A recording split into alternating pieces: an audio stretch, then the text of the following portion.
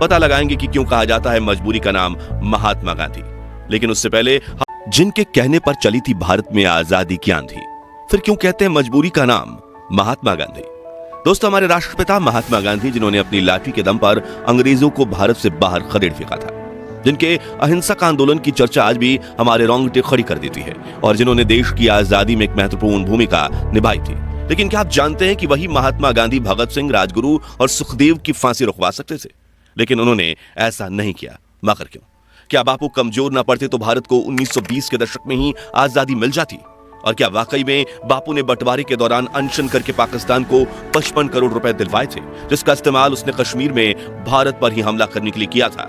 जानेंगे गांधी बापू से जुड़ी कुछ अनसुनी कहानियां आज के इस दिलचस्प वीडियो में। हर भारतीय वीडियो को लाइक करके कमेंट में जय हिंद जरूर लिखें। दोस्तों, गांधी जी की मजबूरी से जुड़ी पहली कहानी की शुरुआत होती है सन 1809 से, जब दादा अब्दुल्लाह नाम के गुजराती व्यापारी नटाल में जाकर बस गए थे।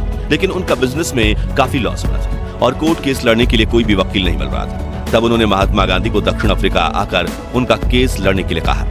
अब गांधी जी के पास भी भारत में कुछ खास काम नहीं था, इसलिए सन 1890 में वो साउथ अफ्रीका चले गए। इस दौरान जब वो ट्रेन में सफर कर रहे थे तो उनके पास फर्स्ट क्लास की टिकट थी, लेकिन उस वक्त फर्स्ट क्लास में सिर्फ गोरे लोगों को ही बैठने की परमिशन थी। इसलिए टीसी ने गांधी जी को अपमानित करते हुए थर्ड क्लास कंपार्टमेंट में जाने के लिए कहा। लेकिन गांधी जी अपनी जिद पर अड़े रहे कि मेरे पास तो फर्स्ट क्लास की टिकट है। तो सुनकर ट्रेन में सवार अंग्रेजों को गुस्सा आ गया और उन्होंने अगले स्टेशन पर गांधी जी की पिटाई करते हुए उन्हें फर्स्ट क्लास कंपार्टमेंट से बाहर फेंक दिया। उन्हें काफी बुरा लगा, लेकिन उन्होंने इस अपमान को चुपचाप सह लिया। फिर जब वो दादा अब्दुल्लाह का केस लड़ने कोर्ट में पहुंचे तो जज ने भी उनके पहनावे को अपमानित करते हुए कहा कि तुम अपनी पगड़ी उतार दो, वरना कोर्ट से बाहर निकल जाओ। गांधी जी ने इस अपमान को भी सहा, लेकिन कुछ नहीं बोले, क्योंकि एक तो उनके पास दक्षिण अफ्रीका में गुजारा करने के लिए पैसे नहीं थे, और दूसरा उन्होंने दादा अब्दुल्लाह को 1 साल काम करने का वचन दे दिया था। अब ये गांधी जी की मजबूरी थी या सहन शक्ति? इस बारे में अपनी राय हमें कमेंट्स में जरूर बताइए। खैर, अगले 1 साल तक उन्होंने साउथ अफ्रीका में भारतीयों और अश्वेतों के साथ हो रहे अत्याचारों को करीब से देखा, और सन 1894 में उन्होंने अंग्रेज सरकार के सामने मोर्चा खोल दिया और नटाल इंडियन कांग्रेस नाम के संगठन की स्थापना की, जिसका उद्देश्य भारतीयों और अश्वेतों को मतदान करने का अधिकार दिलाना था। जिसके बाद सन 1906 में गांधी ने दक्षिण अफ्रीका में पहला सत्याग्रह किया, और 7 सालों तक चले इस सत्याग्रह में उन्होंने भारतीयों और अश्वेतों को कई हक दिलवाए। इसी बीच कांग्रेस के वरिष्ठ नेता गोपाल कृष्ण गोखले ने गांधी जी को भारत आकर ब्रिटिशर्स के खिलाफ लड़ाई लड़ने के लिए आमंत्रित किया। इसके लिए उन्होंने एक पत्र भी लिखा था, और सन 1915 में गांधी जी भारत आ गए और यहाँ उन्होंने अंग्रेजों के खिलाफ अहिंसक आंदोलन शुरू किए। यहीं से शुरुआत होती है गांधी जी की मजबूरी से जुड़ी दूसरी कहानी। दरअसल गांधी जी की विचारधारा से शुरुआत में देश के करोड़ों लोग प्रभावित थे, जिनमें वीर भगत सिंह का नाम भी शामिल था। तभी गांधी जी ने अंग्रेजों के खिलाफ असहयोग आंदोलन की शुरुआत की, जिसका उद्देश्य था ब्रिटिश सरकार की कमर तोड़ देना, जिसके लिए गांधी जी ने कहा कि समग्र भारत अंग्रेजों का सहकार करना बंद कर दे, मजदूर फैक्ट्री में जाकर काम करना छोड़ दीजिए, रेलवे ट्रैक्स बिछाना बंद कर दीजिए, अंग्रेजी कपड़े खरीदने का बजाय खुद चरखा चलाकर अपने कपड़े बनाइए, ब्रिटिश उत्पादों का खुलकर बहिष्कार कीजिए और स्वदेशी वस्तुओं का इस्तेमाल कीजिए। अगले 2 सालों तक यह आंदोलन जोरों शोरों से चला। करोड़ों देशवासियों ने इस मूवमेंट में बढ़ चढ़कर हिस्सा लिया और ब्रिटिश सरकार पूरी तरह से कंगाल हो चुकी थी, जिससे बौखलाते हुए ब्रिटिशर्स ने अहिंसा से आंदोलन कर रहे भारतीयों के खिलाफ हिंसक कदम उठाना शुरू कर दिए। पुलिस ऑफिसर्स लाठीचार्ज करने लगे और निर्दोष लोगों को कोल्ड ब्लड में मौत के घाट उतारने लगे थे। लेकिन गांधी जी पर भरोसा दिखाते हुए देशवासी सब कुछ सहते रहे। मगर फिर आया 4 फरवरी 1922 का दिन, जब उत्तर प्रदेश में गोरखपुर के पास चौरी चौरा कस्बे में प्रोटेस्ट कर रहे क्रांतिकारियों के सब्र का बांध टूट गया। दरअसल वहां ब्रिटिश प्रोटेस्ट कर रहे क्रांतिकारियों को मार रहे थे और उनके खिलाफ हिंसक कार्रवाई करने लगे, जिसके बाद क्रांतिकारियों ने एक पुलिस स्टेशन में आग लगा दी, जिससे वहां छिपे 22 पुलिसकर्मी जिंदा जलकर मर गए। अब भले ही वो पुलिस ऑफिसर्स ब्रिटिश सरकार के लिए काम करते थे, लेकिन असल में वे सभी भारतीय थे, जिससे गांधी जी को बड़ा झटका लगा और उसके बाद से वो परेशान रहने लगे। जिसके बाद उन्होंने ये कहते हुए असहयोग आंदोलन पर रोक लगा दी कि अगर किसी ने आपकी आंख फोड़ी और आप उनकी आंख फोड़ोगे तो पूरी दुनिया अंधी हो जाएगी। अब ये कदम उठाना जरूरी था, या फिर गांधी जी एक बार फिर मजबूर हो गए थे कि जवाब हम नहीं देंगे? बल्कि आप हमें कमेंट्स में बताइए। हालांकि उस वक्त गांधी जी के इस फैसले से देश के करोड़ों देशवासी नाराज हुए थे।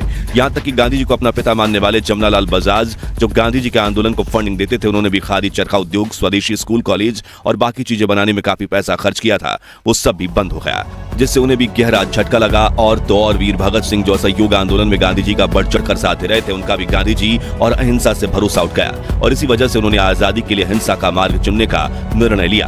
और यहीं से शुरू होती है गांधी जी की मजबूरी की तीसरी कहानी, जिसे लेकर इतिहासकारों का कहना है कि गांधी जी भगत सिंह की फांसी रुकवा सकते थे, लेकिन उन्होंने ऐसा नहीं किया। दरअसल सन 1930 में अंग्रेजों ने नमक पर 2400% टैक्स लगा दिया था, जिसके खिलाफ गांधी जी ने दांडी सत्याग्रह छेड़ दिया, जिसमें अहमदाबाद के साबरमती आश्रम से दांडी यानी कि आज के नवसारी तक उन्होंने 78 साथियों के साथ पैदल यात्रा शुरू की। 387 किलोमीटर की अहिंसक यात्रा में गांधी जी के साथ हजारों लोग जुड़ने लगे और भीड़ इतनी बढ़ गई कि काबू करना नामुमकिन हो गया, जिससे तंग आकर अंग्रेजों ने इस आंदोलनकारियों पर लाठीचार्ज करते हुए पीटना शुरू कर दिया। गांधी जी ने भी मार खाई और उनके साथ हजारों क्रांतिकारियों ने भी, लेकिन वो चलते गए। जब गांधी जी का यह आंदोलन समग्र भारत में न फैल जाए, उसके डर से वायसराय लॉर्ड इरविन ने गांधी जी के साथ 60,000 भारतीयों को अरेस्ट करवा दिया। हालांकि वो गांधी को ज्यादा समय तक जेल में नहीं रख सकते थे, इसलिए उन्होंने गांधी जी से बात करके गांधी इरविन पैक्ट बनाने का फैसला किया।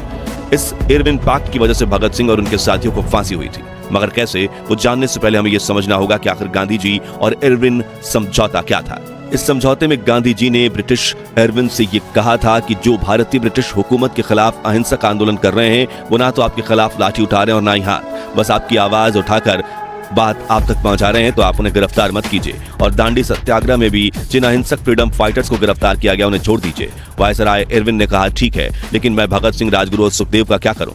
इन्होंने तो ऑफिसर्स जेपी सॉन्डर्स की हत्या की है। तब गांधी जी बोले, आपको जो ठीक लगे वो कीजिए। गांधी जी के इस रुखे फैसले की बात जब कांग्रेस के सामने आई, तब सुभाष चंद्र बोस समेत कई लोगों ने भी गांधी जी और इरविन के समझौते का विरोध किया। वे मानते थे कि अंग्रेज सरकार भगत सिंह की फांसी की सजा माफ नहीं कर सकती थी, तो समझौता करने की कोई जरूरत नहीं थी। वहीं करोड़ों देशवासियों ने भी भगत सिंह के बिना समझौते को स्वीकार करने के गांधी जी के समझौते का विरोध किया। तभी अपना पक्ष रखते हुए गांधी जी ने किताब स्वराज में लिखा, मैं जितने तरीकों से वायसराय को समझा सकता था मैंने कोशिश की। मेरे पास समझाने की जितनी शक्ति थी वो मैंने इस्तेमाल की। 23वीं तारीख की सुबह मैंने वायसराय को एक निजी पत्र लिखा, जिसमें मैंने अपनी पूरी आत्मा उड़ेल दी थी।